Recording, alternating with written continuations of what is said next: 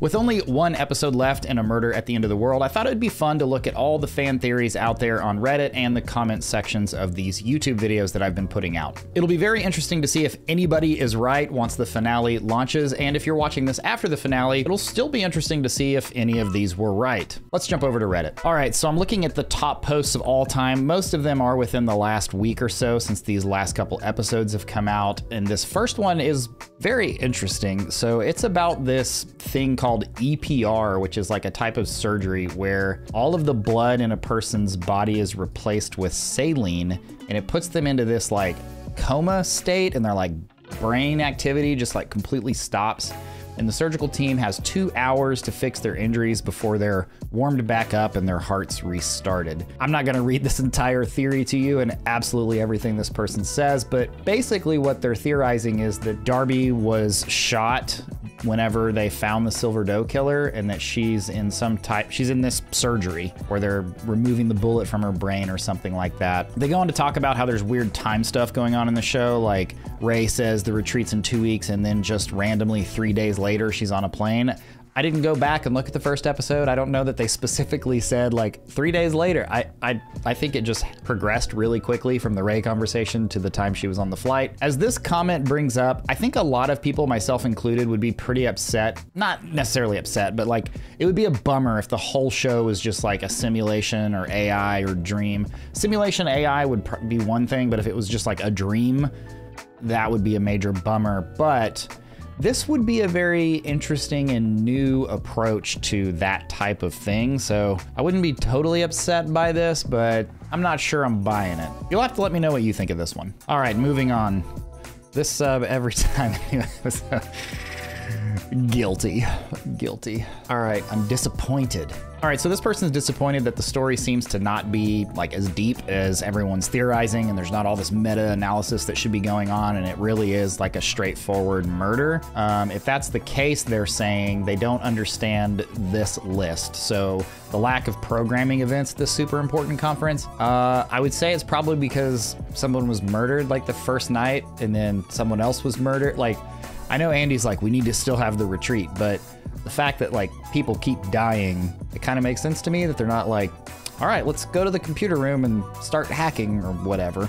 How Bill became an overnight worldwide art sensation in 6 years. 6 years is a long time in the internet age. With YouTube and things on the internet, you can blow up literally overnight, so that's not that shocking to me. Why Bill ran straight to Lee's house in the swamps, yeah, I don't know. How Lee met Andy when she was living in the swamps, I don't know. The ridiculous specter of hacking all over the show, yeah, that one's kind of funny. The deference of everyone to Darby, the telling instead of showing that she's a genius. Yeah, I mean, there's definitely been some stuff that Darby's done that's been questionable, and certainly not something, like the fact that she keeps like talking to everybody about what she's thinking, that's been a little bit weird. Her getting into the pool, that was kind of weird. I mean, she was cold and she was waiting on someone to show up, but it does seem weird to just get in the pool. I don't know. The lack of security and safety at this resort, yeah. I mean, that could be intentional. There's plenty of security around Andy, and I think that in his mind, that's all that really matters, and it is his hotel, so. Why Sean was driving like a maniac? That's legit the #1 question I have. That made no sense to me. It made no sense to me. Why? I mean, they needed to get back to the hotel, but she's like, we should go 90 miles per hour on icy roads. That made no sense to me at all. So yeah, this person's not theorizing much, but just asking a lot of questions. Let's move on. All right, so our next one is, the secret is in the name of the show. I've seen a lot of comments saying like, it's called a murder at the end of the world. There's only one murder, there's not multiple murders. And also the end of the world, meaning the world is literally ending. I've seen people saying the world has already ended before the people get to the resort or while they're there. I don't buy that, specifically because that time that the reporter called Andy to ask about what was going on at the hotel, I'm pretty sure reporters probably would have, well, I don't know if they'd still be alive in these theories, but if they were, I think they'd probably be reporting on other stuff. But this person's post basically talks about the robots are building the underground compound because Andy knows about the literal climate-induced end of the world, and that's what's going on. They go on to say that the hotel that they're in now is essentially a model for what the robots are building. I mean, clearly there's been a lot of focus on the climate and end of the world type stuff in this show. So I think to some degree this is accurate, but also I don't think it was like that mysterious. Like, it was pretty clear that they're using these robots to build these bunkers and stuff like that. I don't think it's necessarily that close to the end of the world in the show, or like, I don't think the world has actually ended around them already, but I definitely think that the end of the world thing is what is driving Andy to do all of the stuff that he is doing. All right, next they're talking about comparing the show to the OA. I never watched the OA. Sorry, I need to watch it apparently. It sounds really good. This one, I Believe Lee. So yeah, there's been arguments online about whether or not Lee is lying about Andy being an abusive person or not. I think Andy probably is an abusive person. I don't think that they would have made her lie. I don't think her character would have lied about that.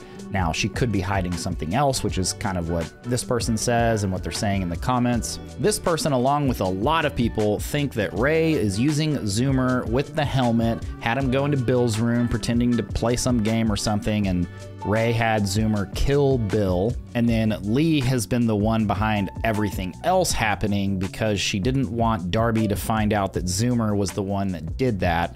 So she's doing all this other hacking and killing and all this stuff just to protect her son. I suppose that one could happen. I can't poke a lot of holes in that theory, but there's not a lot of Andy in this one, and I feel like Andy's gonna play a bigger part in all of it. Me watching Sean and Darby interacting, does anyone... A little bit. We're number one. Oh yeah, number one on Hulu. Woot. Okay, this one was really cool. I think we need to look at this one. My Visit to the Mysterious Bookshop. So this was before the show ever aired. There was a bookshop in, I think, New York. Is that where this was? Anyway, wherever it was, this person who posted this went into this mysterious bookstore. They were given a black envelope with a pen and told to solve the puzzle. Each card is a different word, and hers was glacier. After that, you go in, there's a lady in the back who gives you headphones with an iPad, and Clive Owen's character tells Darby something along the lines of, wherever you go, murder follows you. And then Britt's character Lee is a woman in a dress, so let's hope we can find a way out, which is exactly what she said at the toast to finding a way out, and Andy's like, together or whatever. So this definitely goes back to the conversation of Lee trying to break away. Obviously, we learned quite a bit about that in the last episode, her trying to escape the Andy situation and everything that she told Darby. So the fact that they were saying that before the show ever aired is pretty interesting. Oh, also the wherever you go, murder follows you thing. I don't know if we're gonna find any of these posts today, but I did see one that theorized that Darby was the killer. Wherever you go, murder follows you, and that she's got some split personality thing going on, or when she does drugs, she kind of like loses consciousness and goes and does stuff and then regains like her normal consciousness or whatever. So that comment, when I first read this, wherever you go, murder follows you, it didn't really mean much to me, but that does make me think, potentially, what if she was the one? What if Darby killed Bill? That'd be weird. I don't have a lot to support that theory, but it's interesting to think about. All right, so we'll flip through these pictures. This was the outside of this bookstore. There's the envelope. Here's her glacier. This person got Voyage, probably related to the boat. People in the bookstore. Silver Doe book. Pretty cool. I wish I had one of these. I like puzzles. That's why I love hacking. I wish I could have all this. Oh, I wonder if there's anything here. I gotta read through this. Pause. Yeah, I didn't get a lot out of reading this except for how Bill thinks Darby's weird for calling the killer our killer, much like happened in the last episode. What is this arrow? Why are they pointing at the word inside? What does the arrow mean? Oh, at the moment I put the pieces of paper inside the freezer, I noticed they have a different message from that of my wife's. What? Okay, so apparently if you put this piece of paper in the... Oh, they're pointing at this. Did they update? Logic restored. Your coder name and password. Oh, okay. B374RL345. I don't know what that's supposed to mean. But anyway, that seems super fun. Oh, here's more pages. Goodness. I'm not gonna read all this. I'm not gonna read all this. I would say go check out this post. My Visit to the Mysterious Bookshop on the A Murder at the End show subreddit. It's pretty interesting. Something that makes no sense in episode 4, the hotel scam. Yeah, that one was weird. That one was weird. It's like the family's checking out and they're like, hey, we're the Millers. Like you'd think the front desk guy would have known, but Oh, this one is really interesting. This one's interesting. Andy's not the villain. So in episode 5, Andy shows Darby footage on his iPhone. Apple has in their contract for any show or movie that uses an iPhone, it can't be a villain or a bad guy, which is funny. That's really funny. So Andy is using an iPhone, and the person that puts the phone up to Darby's ear, that's an Android. Well, it's at least not an iPhone. So that's always one thing you can look for in shows like this or movies. If they have an iPhone, they're probably not the bad guy. Not Ray, far worse. Let's see what this one says. Okay, so they were leaning on Ray, but then they're talking about someone breaking into Darby's room and holding a knife to her neck. So they're switching their guest to Andy. They obviously didn't read the post about the iPhone. It would be funny though if Andy was the bad guy and the iPhone thing didn't actually matter. But yes, I like this comment. Andy would be the most boring and predictable killer. So hopefully that's not it. 4/14 is not just Zoomer's birthday. It happens to be the date of Marta Diaz's attempted abduction by the killer, where he took the bell earrings. Yeah, I mean, there's a lot of repeating numbers in this show. I talked about in one of my videos how they reused the number 27 over and over and over again.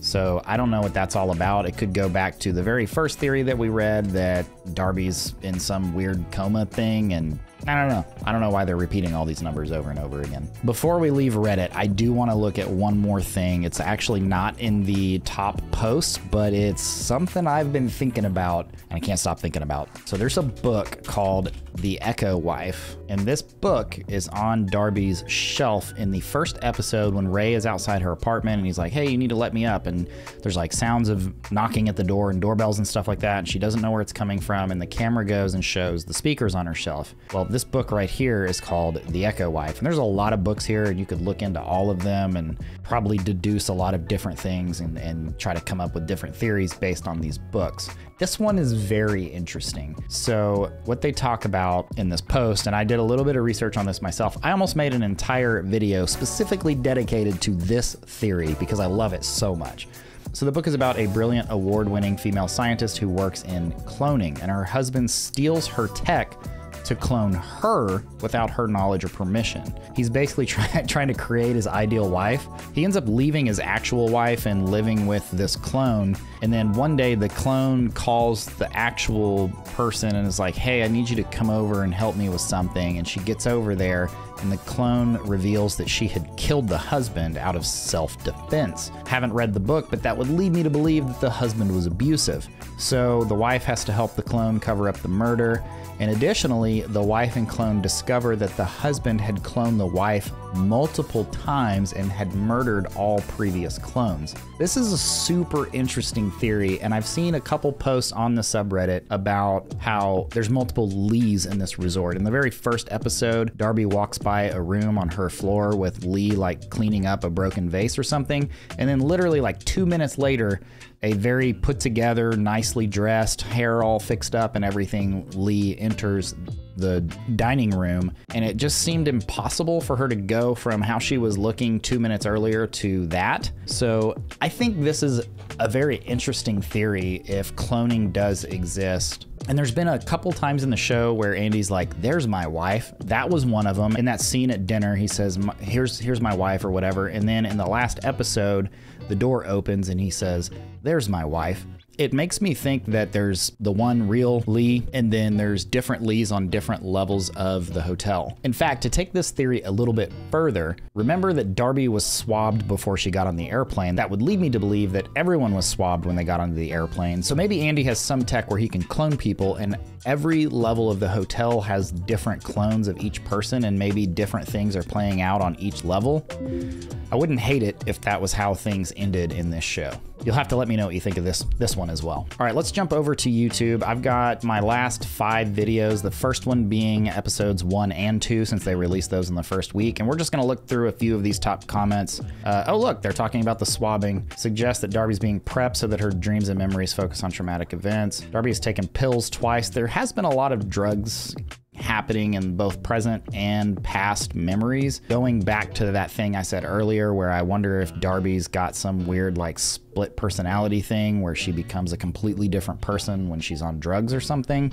So yeah, very interesting to call that out. I see a theme in the promotion of the books in the show, and I found quite Easter egg. Oh, this is the Echo Wife thing. This one's, yep. So this person brings it up as well. All of these pointing the finger at Lee and not Andy. Perhaps Lee has figured out how to hack humans. Maybe like in the Echo Wife, she's the one that actually discovered cloning, and she's the one cloning people and not Andy. That could be interesting. All right, the rest of these is mostly just people talking about how much they're loving the first couple episodes. Let's jump over to episode 3. Part of me hoping the big twist is this whole thing has been set up in an elaborate game to test Darby. No one's actually dead. This is just like the big ultimate murder mystery, and if she succeeds, she gets into the inner circle. That would be interesting. Not that you're necessarily saying this, Ashley, but there's been lots of people saying they don't think Bill is dead. I don't subscribe to that theory, but you should subscribe to the channel and help me fill out my chart back there. I'm not sure the audience would be super happy with the payoff of, like, at the very end, it's like all the lights turn on and they're like, good job, Darby, it was just a test. I agree. You say you highly doubt that's what's really happening. I also highly doubt that. I'm thinking Red Sky is a red rum hint for Ray. So that's an interesting call out because this was all the way back on episode 3. And in episode 6, we had Zoomer riding his bike through the hotel, very much looking like the scene from The Shining. And I saw that Red Sky thing on the wall and I was like, there's too many Shining references going on here. But the thing with Red Rum is it's murder backwards, and Red Sky backwards is Ixter. So I don't think it's quite the same thing. There might be something there, though. It would be interesting to see if that actually means anything after the finale. Could Bill have faked his death with Lee's help to bring down Andy? Again, I think Bill's really dead, personally. That's just me. So this is an interesting comment after the 3rd episode where Ray is supposed to understand things very literally, yet when Darby asks if anyone here is normal, he says, not even you. That could mean a lot of things. I saw somebody talking about that with maybe cloning on Reddit, but it does bring up the question, what is normal to an AI? Why did he respond that way? Was someone hacking and speaking for him? Rohan goes through such great lengths for secrecy to travel far away from the hotel to do Morse code, yet reveals he and Bill had a plan over the phone, which is for sure monitored and recorded. Was it a deep fake? That is actually pretty funny and interesting. All right, episode 4. Let's see what we got here. I think Zoomer's half human, half AI. Yeah, I started to see a lot of this around this point. I think Zoomer's human. I've seen, in terms of like android/robot theories, it's been Zoomer and Andy the whole time. I think they're both human. I think it's possible that Andy is trying to leverage technology as much as humanly possible to manipulate Zoomer, but I think Zoomer is a human. He knows up to seconds his date of birth. I mean, he did look at his watch, so I don't think that that's that weird. He knows specifically their number when his dad brings the number of hamsters up. Again, not that I've got kids, they just know weird things like that and then remember details that I never remember. His father addresses him literal. I don't even know what that means. There's an entire conversation between Darby and Andy where he says that you need to mate to advance them, speaking about AI. This is a pretty interesting final point here. Bill says he came for Lee, but Lee says that Andy invited him. We learned in the last episode that Andy lured Bill there with Darby. Darby was the reason Bill came. So if that's the case, why did Bill say he came for Lee? Did Bill know Lee was the killer? Try to stop them from executing their plan. This is all very interesting. So Ray, who's partly a security AI, is killing anyone who figures out that Bill is Zoomer's father as a way to protect Andy. Maybe that one also seems like people have been saying like, well, if Andy's the killer, it'll be too obvious. I feel like if Ray's the killer, it'll be too obvious. Yes, there is technology being leveraged to kill Rohan with his pacemaker and Sean's helmet, but a human could be doing that through hacking as well. And then this person also goes on to talk about Zoomer's AR helmet and having Zoomer be the one who does the morphine pen and stuff like that. All right, moving into episode 5. I think the fact that Andy is sterile is important because I too think Lee's pregnant. Oh yeah, I mentioned a theory that Lee might be pregnant in this one because she was puking, but she could have been puking just because she was so disturbed by what Darby had told her about Andy. Is Andy sick or is he trying to extend his life? This is something I've talked about multiple times, and I don't think he's actually sick. I think he's doing some weird like experimental things with backing up his consciousness, or what I think is really going on is he's somehow found a way to transfer his consciousness into Zoomer's body, and that's what's happening at night. There's just too much going on with Zoomer at night. Like, he can't sleep well. Whenever Lee went to take him to bed that night, he was like freaking out about having to go to bed, which isn't too uncommon for kids, but I feel like it's a little bit over the top. So I think that that's what Andy's been working on, which does make me think that he used Zoomer's body to go and kill Bill, but that could also be kind of a distraction to pull away from Lee. I don't know. I'm feeling like Lee's the one behind all the killing at this point, but it kind of changes every day. Who knows? Also, the one member of the group we know very little about is the filmmaker, Martin. I wonder why that is. I don't know either. I said in my last video, if they like all of a sudden pull a quick one on us and Martin becomes super important, or Zeba or Lu Mei, it's going to be annoying to me. I hope that that doesn't happen. All right, and then the most recent episode. Darby's behavior throughout the show seems weirder than just her age, personality, or possible drug use, even trauma. So why does she act this way? Why did she jump in the pool? I know, it's weird. This one got brought up a lot. How did Lee know that Darby had a knife up to her neck? Only the killer would know that. Lots of people were bringing this up because there was only like a couple people who should know. Personally, I felt like it was just like a plot hole. Maybe I'm wrong. Maybe Lee was the one with the knife on her neck. I don't know. How does Lee not know Andy's sterile? I don't know about that. How did they obtain Bill's sperm? So yeah, I think I've seen a couple people ask this question. I think Lee just lied that time that she said her and Bill tried to hook up and Bill wasn't able to. I think that was just a lie. I think that they did hook up and he did get her pregnant. The only way Andy knew where they were was because Zoomer somehow, yes, I think that the way Andy was able to find Lee in the Canadian wilderness was because there is some type of chip in Zoomer. Makes total sense. And for the last one, 117 Derek says, my final theory is that Andy has a family connection to the Silver Doe killer from the past and that he's fearful that he has a killer gene. I love this theory, by the way. Lu Mei was invited to the retreat because she has a method of screening out people from their survival cities who are genetically inclined to criminal behavior, which we learned in episode 4, whenever they were interviewing her in Andy's living room. Andy wants to use her technique to screen out / treat his killer gene and not pass it on to Zoomer, who he is programming through AI therapy. That could totally be what Andy's doing every night. Bill discovers Andy's family history to the Silver Doe killer from Darby's book, maybe, and was using this knowledge to blackmail Andy into allowing Lee and Zoomer to go. Andy invited Bill to the retreat so they could negotiate Lee and Zoomer's freedom, but instead killed him and eliminated any risk of public exposure. Also, Andy invited Darby to the retreat to see if she also knows Andy has the demon seed, who may have had him sterilized as a young man. Andy's attempt on Darby's life that killed Sean was a preemptive act in case Darby knew the truth about Andy's lineage. My final solution makes Andy the killer, provides a reason for Andy's action that's a major twist, scientifically driven, and gives greater meaning to the Silver Doe murders beyond a first love story with Darby and Bill. I like this theory a lot. The one thing that I'll say a lot of these theories do, my theories included, is like answers what happened to Bill. Nobody's talking about like what's gonna happen in the next episode. Like, yes, we may get answers to that, but I still don't, like, I need something to happen that also makes sense for how everyone just walks away from this. Or maybe just everyone dies. I feel like everyone's just gonna walk away from this, and if that's the case, none of the theories give me like a clear path forward for everyone going back to their lives. So I kind of feel like nobody's gotten any of it right. Maybe we've gotten pieces of it right, but we're just not getting them all together in the right way. So anyway, that'll do it for this video. I appreciate you all watching. See you next time.